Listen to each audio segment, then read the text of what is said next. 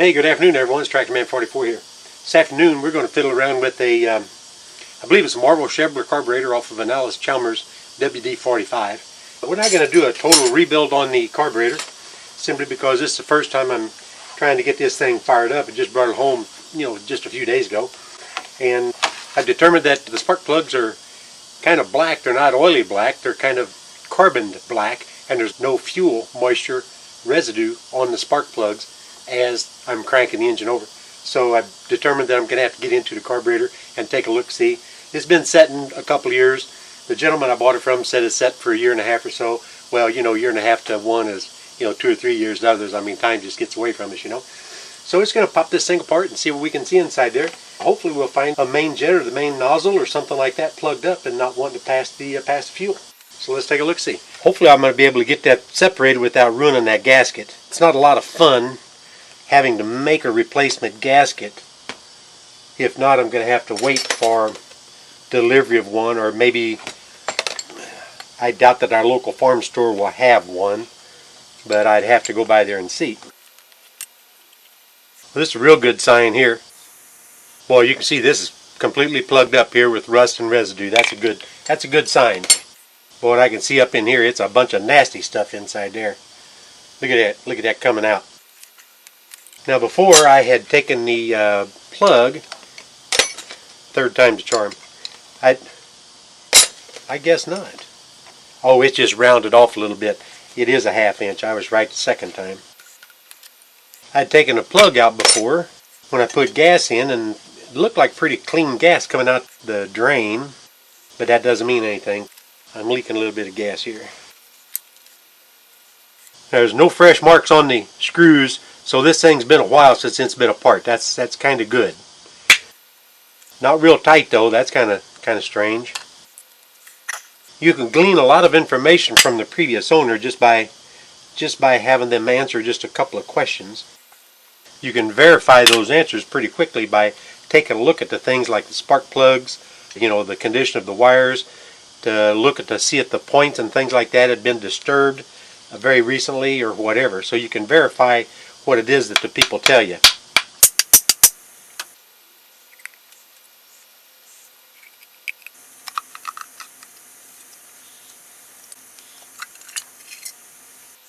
Yeah, that's looking real good and rusty in there. That's real good.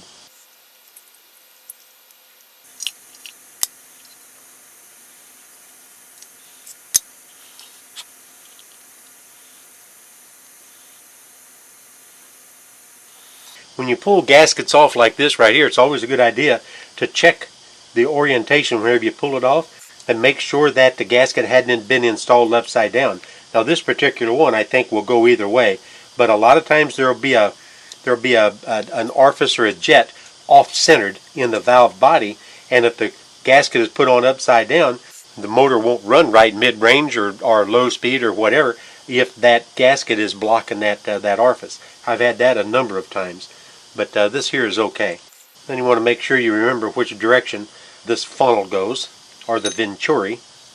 This venturi is going to get larger as it goes up into the manifold. Yeah, I can see this is filled with debris right here. These passages here, those will be probably the low speed orifices or passages through the carburetor body. You have to get the carburetor clean in the air hose. You can always kind of like verify where it's at. We're starting right here. So let's see how far. There's a 1/2.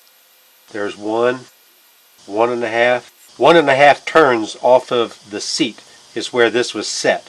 So, you can always kind of go back with what it was set with, if you can believe that the tractor ran when parked. So you have to assume that the settings are going to be halfway decent. I've got to get a smaller, crisp screwdriver to remove that orifice inside there. I can see right through the main jet down there, so the main jet is good. Definitely needs a good cleaning though. Now y'all can do what you want, but what I like to do is try to keep a completely new set of screwdrivers that are used for nothing other than taking apart the brass parts of these carburetors, because you want a fresh, sharp, crisp, clean screwdriver bit so it fits in those perfectly. Have a much better chance of not misshaping them. I can see a tiny bit of daylight through it.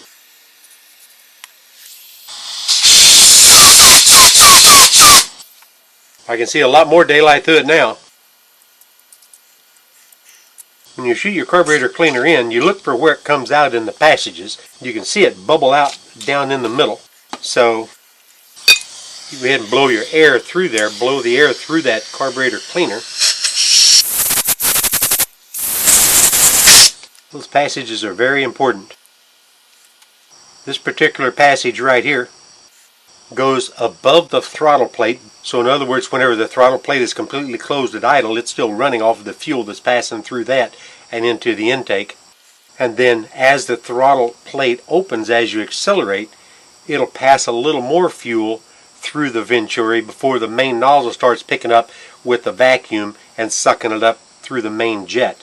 But it'll, through the second orifice that's below the throttle plate, it'll be passing more fuel through that as well. That's what gives that smooth mid-range acceleration.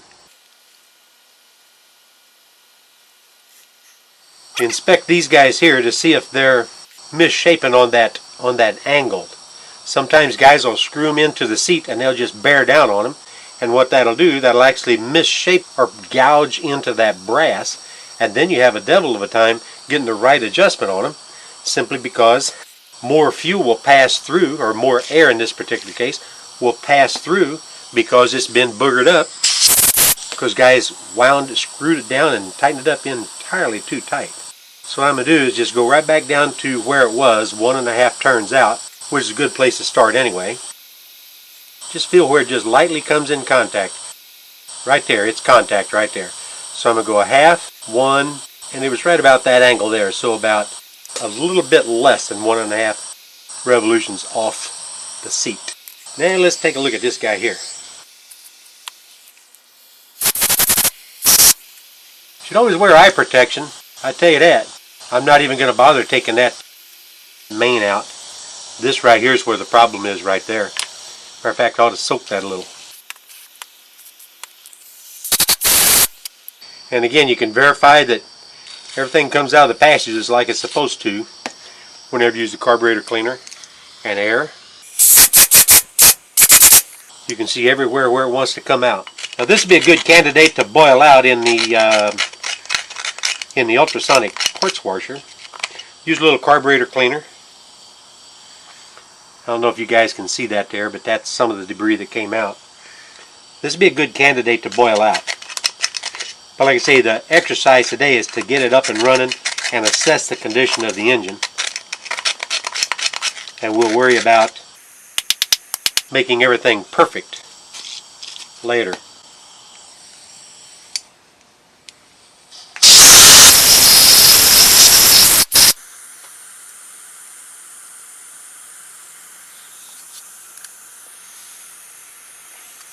Now the problem right here, completely filled with rust and debris.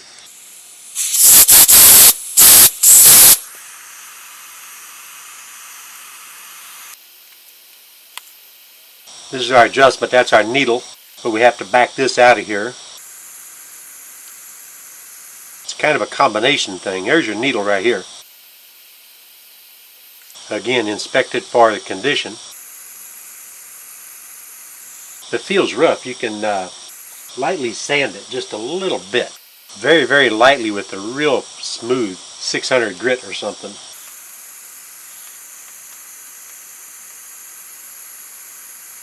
There's its gasket here, and there's another gasket or a seat down inside here where this sets in against. So we'll run that all the way in, snug it down just a little, run this down to the seat. There, that's fully seated. Yep, fully seated. I'm going to go 1.25 rounds on this, just to start. This will go right back into the bottom of the carburetor body, and it threads right in above the main jet. This will be the starting point. So we know we've got all the passages clean, we've got things going where it needs to go, so we're going to put it back together and see what happens.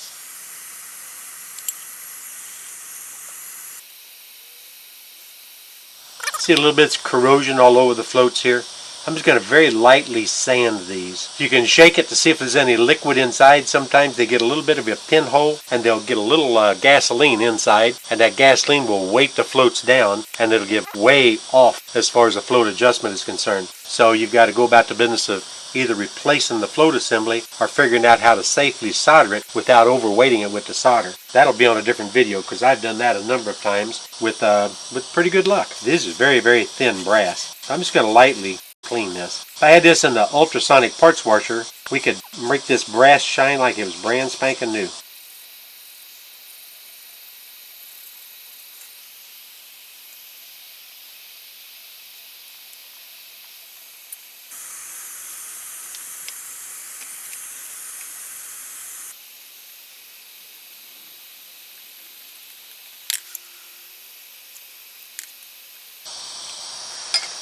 Okay, we verified all the passages are clean.